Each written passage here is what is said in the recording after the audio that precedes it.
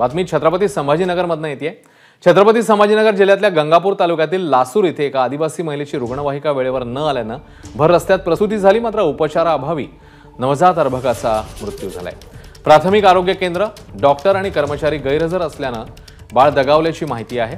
तसंच या विरोधात महिलेच्या नातेवाईकांनी संताप व्यक्त केलाय। माझ्या मिसेसला ब्लिडिंग चालू झाली आणि आमच्या मागे कोणी नव्हतं। मग नंतर ते रीना मॅडमला सांगितलं, त्यांना मग इकडे आम्हाला धाडलं आणि इकडून मग आम्ही डायरेक्ट औरंगाबादला, ते म्हणे इकडं त्याचं काय होणार नाही, तुम्ही औरंगाबादला जा। मग औरंगाबादला गेलो, मग तिथं ते झालं। आता तब्येत कशी मिसेसची? मिसेसची आता तब्येत थोडी चांगली आहे। या ठिकाणी प्राथमिक आरोग्य केंद्र तुम्ही गेले होते सर्वप्रथम, त्यावेळेस डॉक्टरने काय सांगितलं? डॉक्टर म्हणे इकडे म्हणे ते इलाज नाही होणार, म्हणे तुम्हाला डायरेक्ट घाटीतच जावं लागेल म्हणे। डॉक्टर उपलब्ध होते का? हा, डॉक्टर होती, एक मॅडम होती फक्त, बाकी कोणी नव्हतं।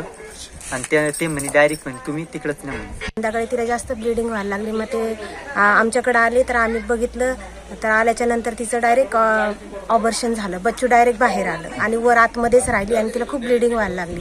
मग आम्ही 108ची गाडी बोलवली।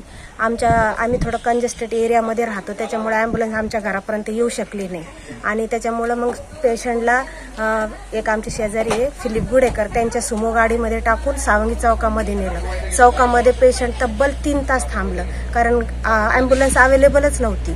तब्बल 2.5 ते 3 तासानंतर पंढरपूरहून सावंगीमध्ये ॲम्ब्युलन्स आली। एबीपी माझा, उघडा डोळे बघा नीट।